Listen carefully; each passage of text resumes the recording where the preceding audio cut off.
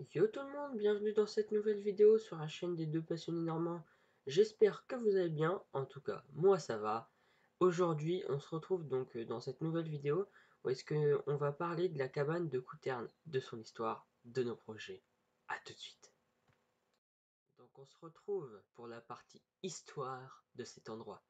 Donc pour vous la faire courte, cet endroit on a commencé à y aller en 2021 après que ma mère, pour ma part, m'ait autorisé à enfin aller voir mes amis en dehors, déjà seul, sans qu'elle m'y emmène, et en vélo, où est-ce qu'on pouvait se balader à peu près partout.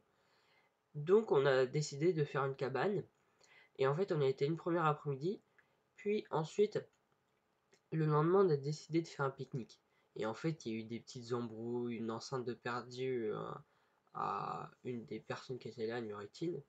Et du coup, bah, on n'a pas voulu continuer parce qu'il y avait de trop grandes embrouilles entre nous et donc on a décidé d'arrêter. En tout cas, pendant un petit moment et de reprendre plus tard quand on pourra y retourner sans que les autres soient au courant, certaines personnes du coup. Et donc on a arrêté d'y aller et surtout il pleuvait, donc on a repris que l'année d'après.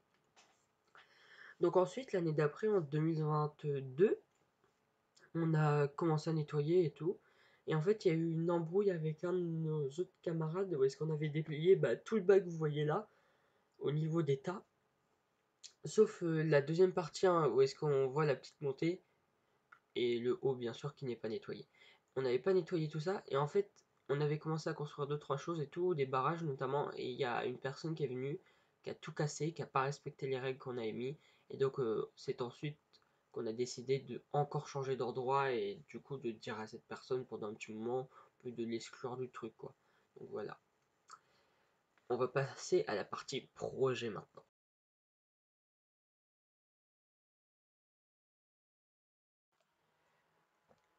Donc au niveau du bas, au niveau du ruisseau, on voudrait faire en fait quelque chose qui soit joli, mais aussi naturel, tout ça, tout ça.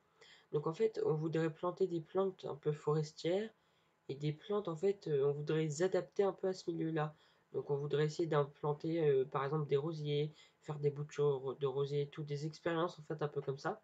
Mais aussi, en fait, on voudrait, par exemple, planter, semer des graines d'arbres, des glands, par exemple.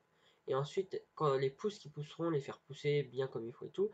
Et ensuite, les replanter dans des endroits, dans des haies, où est-ce qu'il manque des arbres et tout, comme ça. Voilà. Pour aider la biodiversité comme on le peut à nos moyens. Et parce que, disons qu'avec entre nous, on trouve quand même qu'on a un peu abîmé un peu la nature, forcément. Donc on tient un peu à la préserver aussi comme on peut. Donc voilà. Donc pour ceci, je vais vous présenter ce que l'on a déjà comme plante.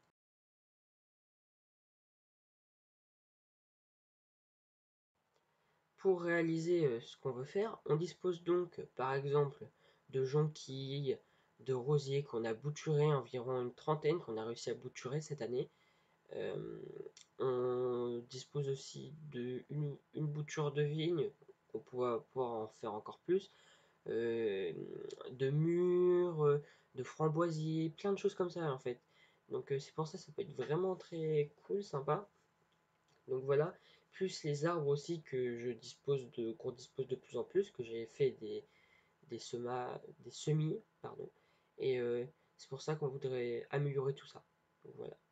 Plus des plantes sauvages. Par exemple, il y a l'année dernière et il y a 2 ans, on avait commencé un peu à regarder la biodiversité, par exemple des chardons. Les chardons, c'est fascinant.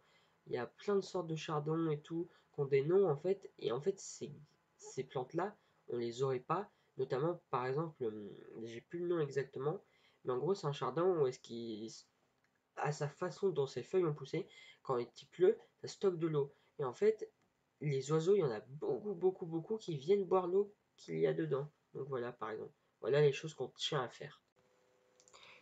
Donc si cette courte vidéo vous a plu, n'hésitez pas à liker, vous abonner, partager et commenter. On se retrouve très vite pour de nouvelles vidéos et de nouvelles aventures. Allez, salut les amis!